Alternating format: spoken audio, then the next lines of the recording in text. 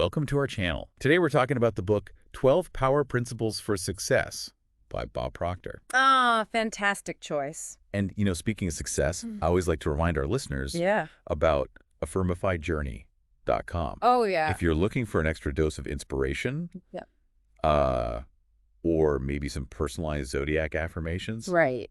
that could be a good spot to check out. But for now, let's dive into these 12 power principles.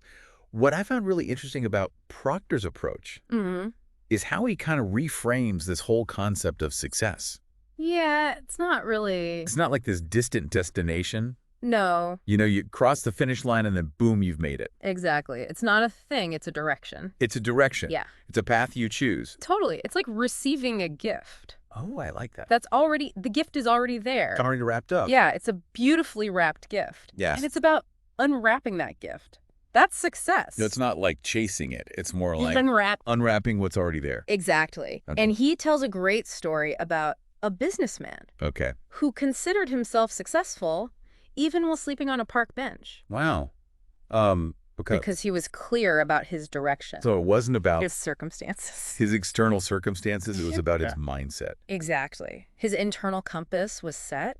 That's so interesting. So it's almost like challenging us to redefine what success means to us. Absolutely. Detaching it from these external markers like, the fancy car, A house, yeah. the big house, The corner office. all that stuff. Yeah, It's more about that internal alignment. it is. And it leads right into his principle about decision. Oh, the power of decision. The power of decision. So how does that tie in with success then? Well, he talks about decision-making as a mental muscle. Okay. So the more you work it out, the stronger it gets. Absolutely. Okay. But so many of us struggle with decisions, right? We get stuck. We overthink things. I know I do this all the time. Analysis paralysis. Analysis paralysis. Hope. Fear of making the wrong choice. Right. And he doesn't shy away from saying, a lot of that boils down to self-esteem Oh, interesting. and lack of confidence. Okay. Because we doubt our ability to make that right decision. But then he contrasts that with successful decision makers. How are they different? Well, they're comfortable with Fine. potential errors. Okay. They know they're going to make mistakes. They know they're going to make mistakes. They're not afraid of that. So they see setbacks as what, like learning opportunities? Absolutely. Okay. And this leads into a really interesting point he makes. He says, money flows towards a firm decision. Whoa, hold on. Okay, this is where it gets a little bit woo-woo. Explain that one. It sounds a little mystical, It does. I'll admit. But when you dig deeper, there's something to it. Okay, so when we're decisive, we project confidence. Exactly. And that attracts opportunities, resources, the people. Okay, so it's not, snapping your fingers and money appears. Right. It's about that energy you're putting out. It's about intention, focused action. That makes sense. So by making that decision, you're setting a force in motion. Absolutely. And creating momentum. And attracting those resources you need Right. to succeed. I like that. I like that. Speaking of taking action, Proctor reminds us that sometimes we have to get uncomfortable. Okay, uncomfortable in what sense? Stepping outside our comfort zones. Oh, taking risks. Yeah, taking risks. And he starts that chapter with this quote. The person who risks nothing, does nothing, has nothing, is nothing. Only the person who risks is free. I like that. That's good. That's powerful. Yeah, it really challenges that idea of playing it safe. Right, because a lot of us were told, play it safe. Don't rock the boat. Right. But he's saying, no, true growth and fulfillment often lie beyond those self-imposed boundaries. Okay, I'm listening. And he tells the story of Herman Krannert, who risked his entire career by refusing to compromise his values. And it was a bold move, but it led him to even greater success. So it's a good example of aligning your actions with your core beliefs. Exactly. And he ties this back to the law of opposites. Okay, now we're going back to the law of opposites. Back to the law of opposites. He says, for every potential loss, there's an equal potential win. So by embracing risk, you're expanding your possibilities for success. Absolutely. It's about shifting our perspective from fear of failure to anticipation of potential wins. Okay, so instead of thinking about what you might lose, you think about what you could gain. Exactly. Interesting, interesting. Okay, so what comes after we've taken that risk? Well, then you need to cultivate persistence. Persistence, of course. He uses the great example of Sir Edmund Hillary. Oh, okay. Climbing Mount Everest. Climbing Mount Everest. faced multiple setbacks before finally conquering that mountain. So talk about not giving up. Talk about not giving up. I mean, that's the ultimate example. Absolutely. He also quotes Napoleon Hill, who compares persistence to carbon in steel. Oh, yeah. Small element, but creates immense strength. Right, so it's like that saying diamonds are made under pressure. Exactly. Challenges can refine us, make us stronger. More resilient. And more resilient. But Proctor says, to fuel that persistence, you need a worthy ideal. A worthy ideal, meaning Something you're truly passionate about. It can't just be about achieving a goal just to achieve it. there have to be that deeper meaning. A deeper why that drives you forward. Okay, so it's not just like checking things off a list. Exactly. It's got to be something you really, truly care about. Absolutely. Now, he kind of shifts gears a little bit Okay. and talks about this principle that can be a little uncomfortable for some, taking responsibility. Oh, taking responsibility. Yeah, that one can be tough. So how does he approach that? Well, he starts by sharing a personal anecdote Yeah. about his experience with inmates in prison. Oh, interesting. What did he learn from that? He realized that even though these men were physically confined, they were yearning for a different kind of freedom. So it's like they were trapped in a mental prison, Exactly. even more so than a physical one. And he connects that to the mental prison that many of us live in. Okay, in what way? We blame others for our circumstances, for our failures, our unhappiness. Right, because it's easier to point fingers than to look in the mirror. It is, but he says true freedom comes from accepting responsibility. So it's that shift from victim mentality to creator mentality. Precisely. And this segues nicely into his next principle, confidence. Confidence, yes. Of course, that's huge. He uses a great analogy, high wire walkers, Okay. to illustrate how confidence is built through knowledge and experience. Right, the more you practice, the more confident you become. Exactly. And he breaks it down into 3 steps: checking your self-image, assessing your strengths and weaknesses, and interestingly enough, finding the good in others. Okay, that third one I'm curious about. How does finding the good in others boost our own confidence? I think it's about shifting our focus from self-criticism to appreciation. When we're constantly judging ourselves and others, it creates this negative spiral. Right, right. But when we're making an effort to see the good, it cultivates a more positive and supportive inner dialogue. And that strengthens our belief in ourselves. So we're kind of training our minds to focus on the positive? Absolutely. And that can have a ripple effect on your confidence and overall well-being. That makes a lot of sense. Yeah. So we've got that positive momentum going. What's next? Well, next is all about action. Action, of course. Can't forget action. He tells a great story about being mentally pregnant with an idea. Mentally pregnant. Okay, I like that visual. That led him to write at 3:00 in the morning. Couldn't contain that energy. So it's like that inspired action? Exactly. He calls it the principle that action is the expression of an impression. Oh, okay. When an idea is ready, action flows naturally. It's like when a baby is ready to be born, it's time to push. It's time to bring it into the world. He even compares the birth of an idea to the birth of a child. Both require nurturing and attention to come to fruition. Oh, I like that. Yeah. So inspiration's the starting point, but it's the action that brings those ideas to life. Makes them a reality. Okay, so we've taken action, we're feeling confident. What other juicy principles does Proctor have in store for us? Well, then he tackles a topic that can be charged: attracting wealth. Oh, money. Okay, let's talk about it. He actually starts the chapter with a bold statement from George Bernard Shaw. It is the duty of every person to be rich. Wow, okay. That's going to get some people talking. So what's he saying there? Like everyone should be a millionaire? Well, he clarifies. He says it doesn't mean wealth should be hoarded selfishly. He sees it as a reward for service to others. So it's not about, greed or material possessions. It's about using your wealth to make a positive impact. Okay. So it's almost like aligning your financial goals with a higher purpose. Exactly. And he contrasts 2 mindsets: Okay. poverty consciousness and prosperity consciousness. So break those down for me. Because Okay. I know people throw those terms around, but what do they actually mean? Poverty consciousness. It's a scarcity mindset. There's not enough to go around. It's that fear of lack. Fear, lack, limitations. Yeah. Prosperity consciousness. Okay. It's grounded in abundance. There's enough for everyone. It's like that belief that the more you give, the more you receive. Absolutely. And it's not just about money. Okay, so it's an overall approach to life. Approach to life. It's your attitude, it's your beliefs. Exactly. So once we've kind of cultivated that prosperity consciousness, then what? Then he says, set effective goals. Oh, goal setting. Okay, everyone talks about goal setting, but what's his take on it? He poses a great question. He says, what if the world's most successful people all gave you the same advice for achieving success? Okay, I'm intrigued. What is it? What's the secret? He says it's simply setting goals. Setting goals. But he adds a caveat. The majority of people fail to set goals that truly inspire and motivate them. Oh, so it's not just writing down a list of things you want to achieve. It has to resonate with your soul. There has to be that fire behind it. And he uses a great story. Rick Hansen, who set the impossible goal to wheel around the world despite being paralyzed. Oh, wow. And he did it. Talk about an inspiring example. It emphasizes visualization, faith, and unwavering focus on the goal, even in the face of obstacles. It's really about believing in yourself and not giving up. Exactly. And he goes on to say, to harness that inner power, you need to master your attitude. Oh, attitude. That's another big one. So how do we master our attitude? Well, he starts by quoting Viktor Frankl.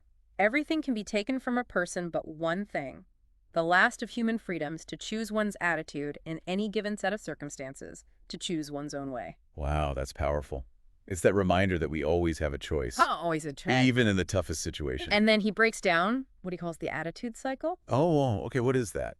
Thoughts lead to feelings, which lead to actions, which ultimately create results. So it all starts with our thoughts. Thoughts are the seeds. Wow. And to gain control over your thoughts and cultivate a positive attitude, he offers a 30-day experiment. Oh, I'm always up for a challenge. What does it involve? Being mindful of your thoughts, choosing to focus on the positive, even in the face of challenges. Okay, so it's like rewiring our brains Yeah. to create those positive outcomes. As a practice. Interesting, interesting. Okay, what's next? Well, from there, he dives into one of my favorites, unleashing creativity. Creativity, yes. Okay, I love this one. He starts with this analogy, children's imaginations being stifled by adults. Oh, yeah. I remember as a kid, my imagination, it was boundless.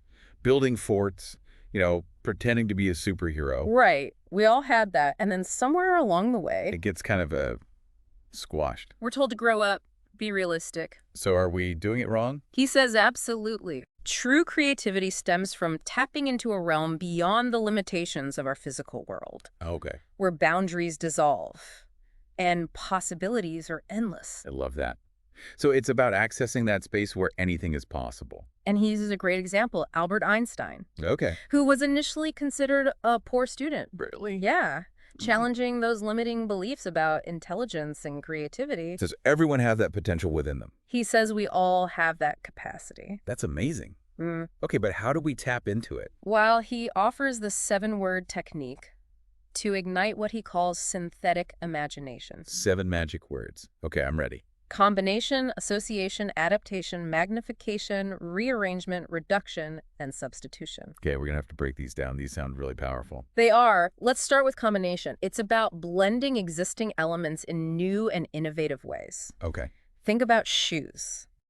We started with basic footwear, but over time we've added laces, buckles, platforms, heels. We're constantly combining elements to create something new. So it's like a chef experimenting with different flavors and ingredients. Exactly. And then there's association, Okay. which is all about making connections Yeah, between seemingly unrelated things, like brainstorming. like brainstorming, where one idea sparks another, leading to unexpected breakthroughs. For example, the invention of Velcro was inspired by birds clinging to a dog's fur. Oh, wow. So it's about looking for inspiration in unexpected places. Exactly. Okay, what about adaptation? Adaptation is about taking something that works well in one context and applying it to another. Think about how nature inspires inventions. Okay, yeah. The Wright brothers were inspired by birds to create the first airplane. Right, so we're borrowing from nature's brilliance. Exactly. And then we have magnification, Okay. which is all about thinking big. Seeing the potential to expand an idea beyond its current limitations. That's how things like skyscrapers and jumbo jets came about. Someone dared to imagine something bigger. So it's about that what-if mentality. Absolutely. Now, these 7 words are really just the beginning. Yeah. It's about using them as a springboard for your own creativity. Like a catalyst for those aha moments. And Proctor stresses that everyone has this creative potential within them. Not just artists. Not just artists. Or musicians. It's a human capacity. Oh, I like that. So we all have that power to create positive change. Now that brings us to his final principle in the book, communicating effectively. Okay. He starts by saying how crucial this is for success. Okay. Because we can't truly thrive in isolation. We need to connect with others. They're social creatures. We are. And he suggests a paradigm shift. Okay. Instead of approaching communication from a self-serving angle, Okay. he says, make helping others an automatic part of your interactions. So shifting the focus from what can I get to how can I contribute? Precisely. That's a big shift. But I think it would Yeah. change the whole dynamic of communication, wouldn't it? It creates trust, rapport, and opens up possibilities for collaboration. Okay, so it's not just about conveying information, it's about building relationships and understanding. Exactly. And to break it down further, he introduces 3 levels of communication. Okay. I'm intrigued. What are they? Intellectual, emotional, and spiritual. All right, break it down for me. Intellectual, we're communicating through words, gestures, writing. So it's that like clear expression of ideas. Then you have the emotional level, Okay. where we communicate through vibrations and feeling. Our energy. Our energy. Yeah, He says, words are noise. Vibration never lies. I love that. So it's about authenticity. Okay. Your true feelings come through, regardless of the words you use. So it's that reminder to be mindful of those subtle cues. Are you really conveying warmth and interest? Right, or are you sending mixed signals? Okay, and then there's the spiritual level, The spiritual level, he calls it synergy and alignment. right? This is when you move beyond just exchanging information. Right. And you connect on a deeper, more soulful level. So it's like you're on the same wavelength. Exactly. Understanding flows effortlessly. There's a sense of shared purpose. That's beautiful. What would happen if we approached our communication that way? It would change the world. This has been a really insightful exploration of Proctor's first 6 principles, and we've only just scratched the surface. We've got more to uncover. There's so much richness and depth to his work. So before we move on to the next 6 principles, what are your initial thoughts? Anything really standing out to you? I think it's remarkable how he seamlessly blends practical advice with deep insights into the human condition. Right. It's not just about what to do, but understanding the why behind it. Exactly. And it's that combination that makes his work so powerful and transformative. I agree. Let's take a quick break, and when we come back, we'll delve into the remaining 6 principles and discover even more gems of wisdom from Bob Proctor. I'm excited. Picking up where we left off, let's talk about unleashing creativity. Oh, yes. One of my favorites. Proctor uses this really clever analogy. He talks about how our creative potential often gets stifled as we mature. Oh, yeah. He reminds us of those carefree childhood days Right. when we could effortlessly build castles in the air, embark on these fantastical adventures. Oh, I remember those days so vividly. Yeah. It's almost like bittersweet to think about how easily we tapped into that creative energy Right. back then. But then somewhere along the way, Yeah. we start to believe that imagination is just for kids. Right. Like we tell ourselves to grow up, Be realistic. to be realistic. Yeah. And then we start to kind of internalize those messages. Exactly. And we trade in our magic wands Right. for spreadsheets and to-do lists. Exactly. And we convince ourselves that, serious adults don't have time for whimsical daydreams. Right. But Proctor challenges that notion, doesn't he? Absolutely. He says we've got it all wrong. Okay, I like that. He argues that true creativity stems from tapping into a realm that transcends the limitations of our physical world, Wow. where boundaries dissolve and Yeah. possibilities are limitless. I love that. So it's almost like we're accessing a different dimension Exactly. where those limitations no longer exist. He even suggests that we've kind of mistakenly relegated creativity to, the realm of artists and inventors, Right. when in fact it's a fundamental human capacity, Okay. essential for problem solving, personal growth, and leading a fulfilling life. So it's not a luxury. It's a necessity It's a for necessity. navigating the complexities of life. And he brings up a really interesting story to illustrate his point. He talks about Albert Einstein. Okay. Now, imagine this. The man who revolutionized our understanding of physics was initially considered a poor student. Wow. That's mind-boggling to think about. It is. Because here's this iconic genius Right. who was initially perceived as lacking intellectual prowess. Right. It makes you question those labels that we put Absolutely. on ourselves And others. and others. It's a potent reminder that potential is not always obvious, Right. and brilliance can emerge from the most unexpected places. And we shouldn't let those preconceived notions or limiting beliefs define us or others.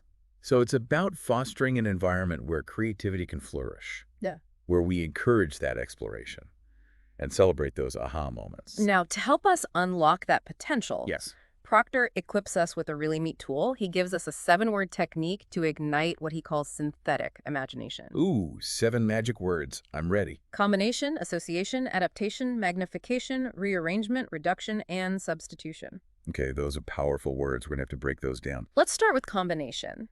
Combination encourages us to think about blending existing elements in new and innovative ways. Okay. Think about the evolution of shoes. Okay. We started with basic footwear, Right. but then we added laces, buckles, platforms, heels. We're constantly combining elements to create something new and improved. So it's like a chef experimenting with different flavors and ingredients. To create a signature dish. Yes. And then there's association, Okay, association. which nudges us to make connections between seemingly unrelated things. So like thinking outside the box. Absolutely. Think about brainstorming. You start with one idea and then it triggers a whole cascade of new concepts. Mm-hmm. For example, the invention of Velcro was inspired by burrs clinging to a dog's fur. Oh, wow. So it's about looking for inspiration in those unexpected places. And then there's adaptation. This principle is all about taking something that works well in one context and applying it to another. Right. Look at nature. Okay. It's a constant source of inspiration Right. for human innovation. Yeah. The Wright brothers meticulously studied the flight patterns of birds, adapting those principles to create the first airplane. Wow. Nature's a genius, isn't it? And then we have magnification, Okay. which invites us to think big, to envision possibilities beyond our current limitations. Skyscrapers, jumbo jets, they were once just audacious dreams. Right. Someone dared to imagine something grander. So it's about embracing that what-if mentality and allowing ourselves to envision that future. Now, these 7 words are really just a starting point. Yeah. They're just a way to kickstart your creative engine. This is like a catalyst for that chain reaction of creativity. And Proctor reminds us that creativity isn't just for artists or inventors. It's a human capacity We all have that power within us. to create positive change. Okay. And that brings us to his final principle in the book, communicating effectively. Okay, communication, that's a big one. He begins by emphasizing how crucial effective communication is for success. Okay. Because as humans, we can't truly thrive in isolation. We are wired for connection, for belonging, for sharing our thoughts and feelings and experiences. We are social creatures at our core. Absolutely. And then Proctor proposes a really fundamental shift in perspective. Okay. Instead of approaching communication Yep.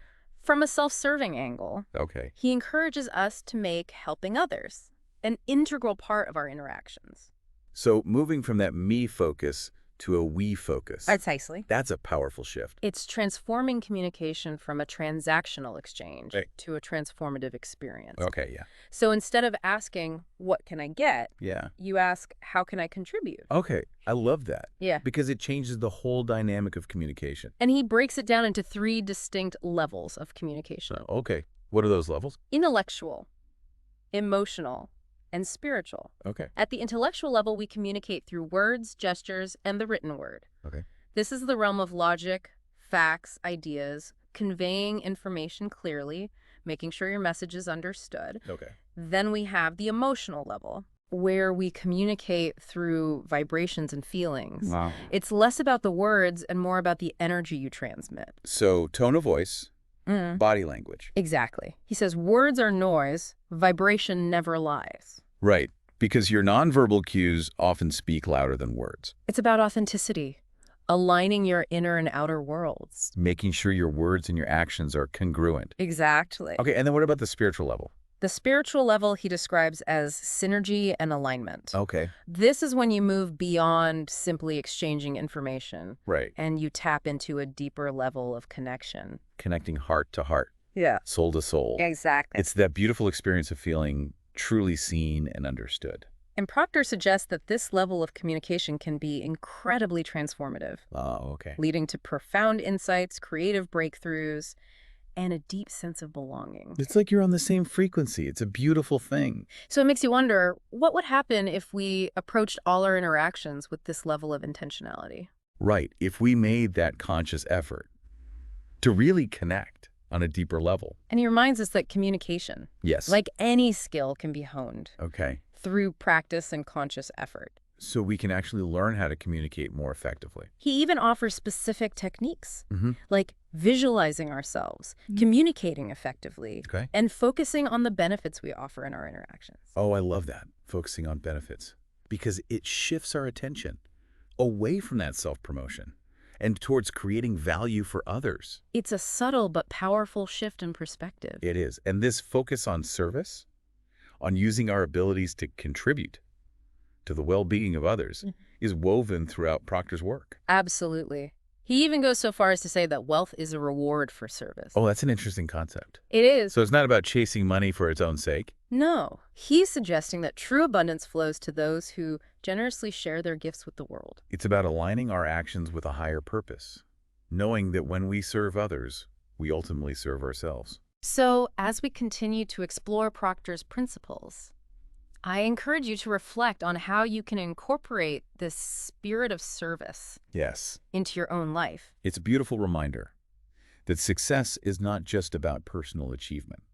It's about making a meaningful contribution to the larger tapestry of life. As we've been exploring these principles, I keep coming back to Proctor's emphasis on the law of opposites. He uses it to explain risk, suggesting that, for every potential loss, there's an equal potential win. Right. But I'm curious, how do you see this law playing out in other areas of life? That's a great question, and I think it speaks to the interconnectedness of everything. He seems to be suggesting that if you can embrace that law of opposites, it can fundamentally shift your perspective. Right. So instead of fearing failure, Yeah. you see it as just an inherent part of growth. Okay. So instead of resisting challenges, Right. you kind of lean into them knowing that they hold the seeds of breakthroughs. Yeah. It's like those times when what initially seems like a setback actually leads to an even greater opportunity. Right. It's almost like life has a way of redirecting us Yeah. towards a more fulfilling path, Yeah. even when we can't see it at the time. It does. It's about trusting that there's a bigger picture unfolding, Yeah. even when we're, in the midst of challenges. And this principle can be applied to so many aspects of life. If we're facing financial difficulties, instead of dwelling on the lack, we shift our focus to abundance and start taking action to create more of it. Or if we're feeling discouraged, we can remind ourselves that every down has an up Okay. and choose to focus on the positive, knowing that our emotional state will eventually shift. It's like recognizing that life is a dance between those opposites, It is. and that by embracing both, Right. we create a more balanced and fulfilling experience. Absolutely. And I think one of Proctor's most compelling points is that we possess far more control over our lives Yeah. than we often realize. We may not always be able to control those external events, Right. but we have absolute authority over our thoughts, our beliefs, our actions. Okay? And ultimately, those choices determine our outcomes. It's a very empowering message. It's reminding us that we're not victims of circumstance, but active creators of our own reality. Exactly. And he gives us so many tools to harness that power. He does. From setting those effective goals, to cultivating a positive attitude, to unleashing creativity, becoming masters of communication. It's really a blueprint for personal transformation. It is. So as we conclude our deep dive into Bob Proctor's 12 power principles for success, Yes. what are your key takeaways? What nuggets of wisdom will you carry with you? I think Proctor offers a really powerful and timeless reminder that success is not some distant destination that we strive to reach, but rather an ongoing process of growth, learning, and contribution. It's about embracing our full potential, taking radical responsibility for our lives, and using our unique talents Right. and resources to make a positive impact on the world around us. I love that. I couldn't agree more. His work is this beautiful blend of inspiration and practicality. It ignites our spirits while providing a tangible roadmap for personal transformation. His message reminds us that we're all capable of achieving extraordinary things when we align our actions with our deepest values Yes. and embrace those principles that he outlines. And for those who are eager to delve even deeper into these transformative ideas, I highly recommend checking out lingopediamagazine.com. Oh, great resource. They offer a wealth of resources, including courses, ebooks, and articles to support your journey of personal growth and success. Awesome. Well, this has been a truly enriching exploration of 12 power principles for success. It has. Thank you for joining us on this journey of discovery. We hope you've gained valuable insights and practical tools to create a life filled with purpose, passion, and meaningful contribution. Absolutely. And to all our listeners, remember to subscribe, share, and like this podcast so you don't miss out on future deep dives into inspiring and transformative books like this one. Until next time, keep learning, keep growing, and keep striving to become the best version of yourself.